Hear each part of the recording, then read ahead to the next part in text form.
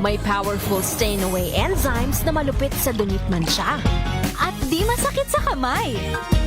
Isang labalang yan. Hello, pahinga! Hello, Pride for Blue. ACS. Tinesting, sinuri, siniyasan. Ang resulta? Super effective ang Shield sa pagpatay ng bakterya at virus. Shield Antibacterial Soap. Believe ang mga eksperto sa Philippine Nurses Association. At si Mami, Tiwala ako sa Shield. Shield Antibacterial Soap. Napatunayang mabisa. Ang mga nurse, tiwala. ACS. Amoy forever. Amoy LQ. Amoy New Calad Berry Blooms. Amoy kalat, amoy good vibes. May nagbago. May arte, may budget. Kala nyo lang yon. So solid. White rose papaya, wow, white rose. White rose papaya, wow, white rose. White rose papaya. May glow up with a white rose papaya. White Rose Papaya. May puti power times 2 kasi may papaya at niacinamide. May shea butter and tea tree oil pa. Kutis sulit ang glow up. Glow up with a white rose papaya. White Rose Papaya. Kutis sulit ang glow up. ACS. Now we are unboxing MX3 Plus. Plus because it has Garcinia mangostana, plus L-carnitine and CoQ10. Each box contains 30 vegetable capsules. And you can get them in leading drugstores nationwide and online in Shopee, Lazada, and mxvph.com. Mahalagang paalala, ang MX3 Plus ay hindi gamot at hindi dapat gamiting panggamot sa anumang uri ng sakit. Amoy forever. Amoy LQ.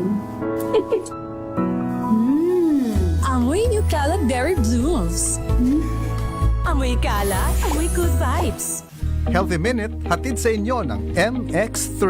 Hi, this is Dr. Edwin Bien. Oh, bakit nakasimangot ka na naman? Lagi ka na lang naiinis. Laging nakakunot ang iyong mga noo. Nagpapapaniwala ka kasi diyan sa mga marites na iyan. Alam nyo, magiging dahilan yan para mabilis manikip ang inyong mga dibdib. Hindi mo ba napupuna? Madali ka ng mahapo. Konting akyat mo lang sa hagdan. Pagod ka na. Ang tawag naming mga doktor dyan ay angina. Ibig sabihin, yung puso po natin ay maaaring kinakapos ng daloy ng dugo. Pwedeng ito ay dahil sa emosyon o dahil sa mga pagkipot ng ating mga ugat. So, kapag nagpunta kayo sa doktor, baka mabigyan po kayo ng mga tabletas na inilalagay sa ilalim ng dila. Yung bang tinatawag na sublingual anti-angina para maiwasan po ang pagkakasakit sa puso. Para manatili na malakas ang inyong heart muscles, kailangan hindi tayo laging galit. Kailangan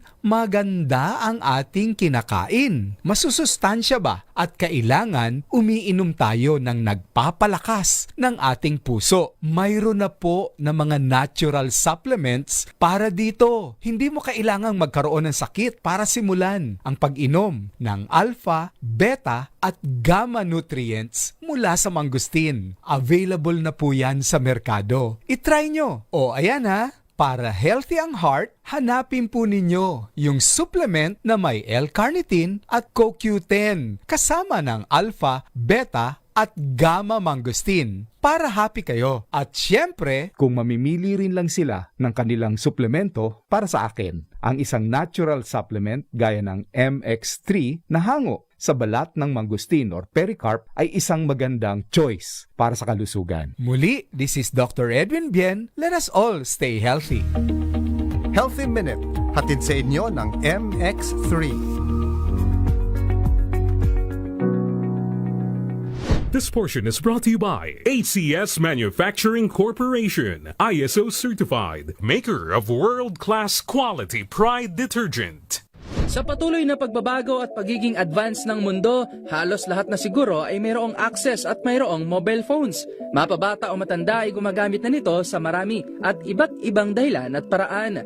Ngunit alam nyo bang may pagkakataon na ito pa ang nagiging dahilan upang tayo ay magkaroon ng phobia na marahil ang ilan ay hindi pa aware na mayroon sila nito. Ito ang tinatawag na nomophobia o no mobile phone phobia. Ito ay ang takot at anxiety ng isang tao kapag nahiwalay o nawala sa kaniyang tabi o paningin ang kaniyang mobile phone na nagdudulot ito ng panic o anxiety sa isang tao. Mayroon din silang labis na pag-check ng kanilang phones sa buong araw at madalas na mag-alala na mawala ng contact sa kanilang mga kausap. Ayon sa mga pag-aaral, ilan sa mga sintomas nito ay ang pagbabago ng paghinga, panginginig, labis na pagpapawis, disorientation, agitation at irregular na pagtaas ng tibok ng puso. Ayon sa Medical News Today, hindi pa malinaw kung ito ba ay nagmula sa existing na anxiety disorder o mula ito at maihahalin tulad sa cellphone addiction. Ayon sa mga eksperto, bagamat wala pang kasalukuyang gamot para rito, ngunit may mga paraan pa rin inirerekomenda ang mga psychologist upang magamot ito tulad ng ibang phobias. Maaaring sa pamamagitan ng behavioral therapies, paghahanap ng wastong support groups and systems, ilang gamot na mula sa doktor, at self-care strategies na makatutulong upang pakalmahin ang iyong isip at katawan. Payo rin ng mga eksperto na agad na kumonsulta at magpatingin sa doktor kung may sintomas ng maranasan ng nomophobia. This portion is brought to you by ACS Manufacturing Corporation, ISO certified, maker of world-class quality Pride detergent.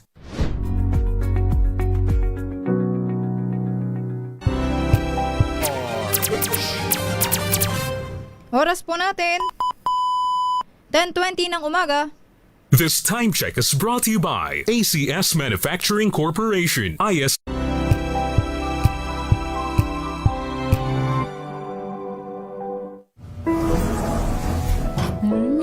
Amoy forever. Amoy LQ. Amoy Nutella Berry Blooms. Amoy kalat, amoy good vibes. Here are top 3 reasons why you should get your hands on MX3 capsule. 1. It has alpha, beta, and gamma mangosteen. 2. It's cholesterol and fat-free. 3. MX3 is proudly Pinoy made and has garnered multiple international awards. So what are you waiting for? Dito ako sa tested and proven ko na. MX3, dito ako bilib. Mahalagang paalala, ang MX3 capsule ay hindi gamot at hindi dapat gamiting panggamot sa anumang uri ng sakit. Inohan, DZRH! Ito na ang 28th KBP Golden Dove Awardee Best Public Service Program Host, ang Wonder Woman ng Public Service. Si May Binauhan. Ang programang naging panata na ang pagsuporta sa lahat ng Pilipino saan man sa mundo sa napakaraming taon. Ang programang nakatatak na sa bawat isip at puso ng Pilipino. DZRH, Operation Tulong. Kasama ang Wonder Woman ng lahat, si Miss May Binauhan, ang tulungang may kasamang balitaan. Live sa DZRH Radio, DZRH TV at online DZRH, Operation Tulong.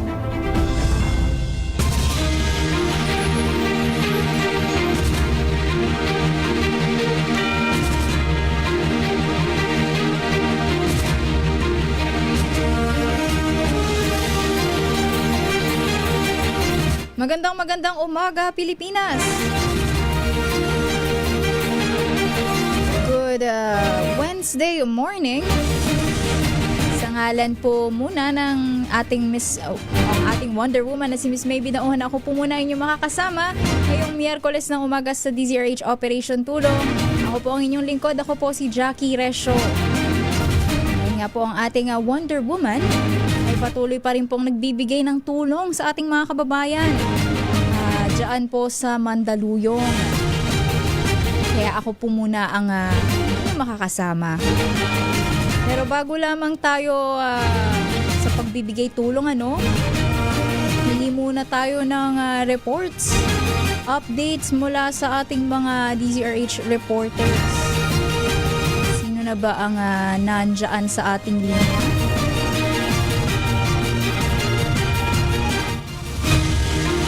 po ba?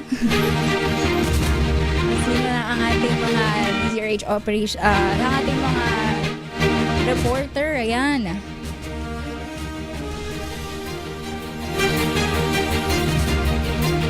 Sino na bang nasa linya natin?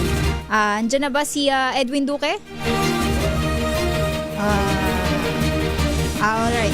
Unahin muna natin si Miss Giselle Ricafort dahil ang kongresista na umano'y may-ari ng isang farm sa Laguna na pinaghinalaang pinagtaguan ni Atong ang ipasasabpina. Iimbitahan ng NBI kung kailangan. Detalye sa report ni RH15, Giselle Ricafort. Miss Giselle.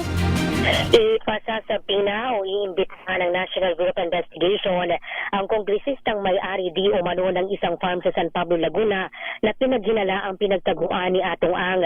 Sabi sa DZRH News na NBI spokesperson Palmer Malyari, ipatatawag lang nila ang congressman kung kinakailangan para sa ibayo pang verifikasyon sa natanggap na timbre ng kagawaran. Sa ngayon anya pinoproseso at sumasa ilalim sa kanilang ebalwasyon ang impormasyong mambabatas ang owner ng farm na una ng binisita ng NBI pero hindi natagpuan si Ang. Idiniin ni Malyari na hindi lamang limitado yung kanilang manhunt operation sa mga property at negosyo ng gaming tycoon. Hindi rin nila inaalis ng Bureau yung posibilidad na nagtatago si Ang sa mga pagmamayari niya sa exclusive subdivision gaya ng sinasabi ng whistleblower na si Dondon Patidongan. Nananatili raw ang kumpiyansa ng NBI na hindi pa nakalalabas sa Pilipinas yung negosyanteng itinuturong mastermind sa missing sa Bungeros. Ito si Giselle Ricafort para sa DZRH, una sa Pilipinas, una sa Pilipino. Maraming salamat, Miss Giselle. Samantala, sospek sa pagsunog ng sariling bahay sa Navota City, hawak na ng otoridad. Detalye sa report ni RH23, Edwin Duque. Edwin.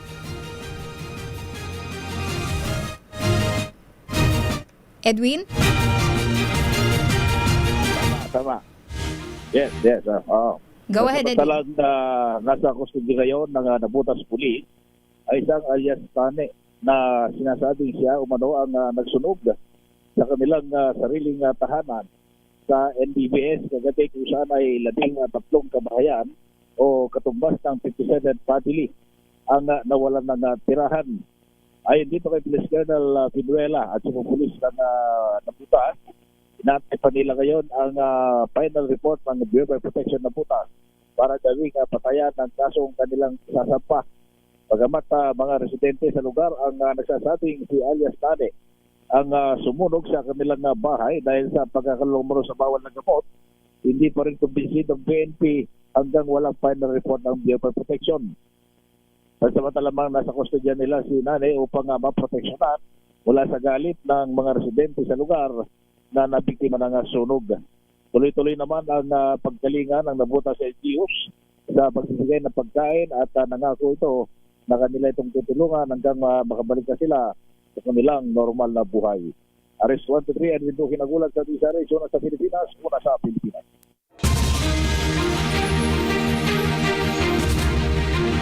Maraming salamat, Edwin.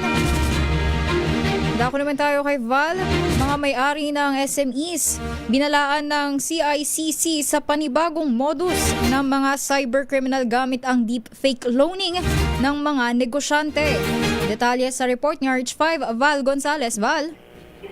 Jackie, naglabas ngayon ng warning ang Cybercrime Investigation and Coordinating Center o CICC sa mga may-ari ng SMEs o Small and Medium Enterprises na panibagong target ng mga cyber criminals na gumagamit ng deepfake cloning ng mga negosyante. Ayon sa CICC, gumagamit na ng AI ang mga kriminal para mag-clone ng boses at mukha ng mga may-ari ng negosyo para magoyo mga empleyado maging ng kanilang mga kliyente na magbigay ng sensitive data o mag-transfer ng pera.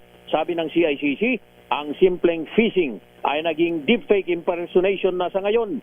Batay sa 2024 report ng Philippine Statistics Authority o PSA, hindi bababa sa 1.2 milyon na bilang ng negosyo ang nakarehistro sa Pilipinas noong 2024 at karamihan sa mga ito ay micro-enterprises.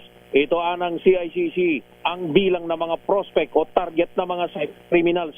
Paliwanag ng ahensya, sa sandaling makopya ng boses ng isang business owner, maaari na silang makapanloko sa pamamagitan ng pag-uutos sa mga empleyado na mag-transfer ng pera, magbigay ng sensitibong impormasyon o makipagtransaksyon sa mga kliyente o supplier.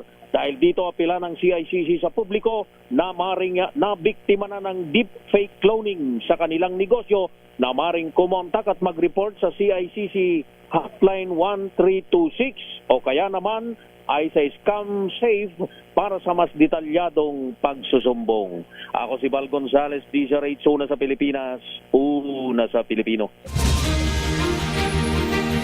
Salamat, Val Gonzales. Samantala, isa naman lalaki ang patay sa pamamaril sa Tondo, Maynila. Detalye sa report ni RH29, Boy Gonzales. Boy? Jackie, patay ang isang lalaki matapos sa pagbabarilin ng dalawang suspect sa kanto ng Cavite Street at Mela Alcalde Street, Barangay 169, Tondo, Manila, madaling araw ng Miyerkules. Kinilala ng Raksabago Police Station 1 ang biktima na si Angelo Pedlawan, 32 anyos, residente ng Barangay 155 sa Tondo. Dalawang lalaki ang inaresto kaugnay ng insidente, isang hindi pa nakilalang suspect na sugatan at dinala sa Tondo Medical Center at si Jiro Bininsig na 27 anyos na isinugo naman sa Chinese General Hospital. Na-recover sa crime scene ang isang baril at ilang baso ng bala. Patuloy ang investigasyon na isinasagawa ng Manila Police District. Ito si Boy Gonzales para sa DZRH, una sa Pilipinas, una sa Pilipino. Maraming salamat, Boy. Samantala, ikapitong anibersaryo ng Bangsamoro Government sa Cotabato City, dadaluhan ni Pangulong Bongbong Marcos. Detalye sa report ni RH19, June Dimakutak. June? Hello? Go ahead, June. Yes, nasa ikapitong taon lang namamayagpag ang farm sa pagdiriwang ngayong ika-7th year na pagkakatatag ng Bangsamoro Government na may temang simbolo ng pagkakaisa, alaala sa mga sakripisyo at pagpapatuloy ng mas matatag na Bangsamoro. Kaninang umaga, sa magitan ng simbolikong pagbang ng gong, o dyan dito ng formal na pagsisimula ng aktibidad simula sa araw na ito hanggang sa araw ng Biyernes sa January 23 na may iba't ibang aktibidad alay para sa lahat. Isa sa mga highlight ng aktibidad ay ang Grand Parade ngayong umaga na nilahukan ng lahat ng ministries at ng iba't ibang sektor na nasa Tri-People ng Mindanao. Kariyan din ang pagkilala, pagkilala 2026 para sa mga outstanding LGU sa BARM na binigyang parangal gabay ng moral governance. Meron din ang presensya ng mga mayors, vice mayors, board members, and barangay officials mula sa iba't ibang bayan led by the 5 provincial governors at mga representatives mula Tawi-Tawi, Basilan, Lanao del Sur, Maguindanao del Sur at del Norte, ganoon din ang SGA. Kung walang pagbabago sa schedule ng Pangulong Marcos Jr., inaasahan siyang darating ngayong araw bilang imbitado ng OCM BARM bilang guest of honor sa pagtitipong ito dito sa Cotabato City. Narito na rin si Opapro Secretary Galvez na nagsalita na kanina. Sa mensahe ni BARM Chief Minister Abdul Rauf Makakwa ay pagpapatuloy niya lamang ang dikain ng peace process. Ang kanyang presensya bilang Chief Minister ay hindi pang sarili, kundi isang sakripisyo para sa mabilisang pagpapatupad ng Bangsamoro programs laban sa mga hamon ng politika at ang mga harang para sa mas maayos na paninilbihan sa gabay ng moral governance at ng Islamic laws. Yan ang ating patuloy ng mga updates mula rito sa Cotabato City. RH19, June Dimakutak, RH, una sa Pilipinas, una sa Pilipino. Maraming salamat, June Dimakutak, at sa ating mga RH reporters. Mamaya alamin natin ang update sa ating mga palugaw dyan po sa Mandaluyong City mula mismo sa ating Wonder Woman na si Miss Maybe Naunghan. Siyempre sa ating tutulungang pasyente mamaya yan sa ating pagbabalik. Ilang munang paalala ang ating oras, 10:32 ng umaga.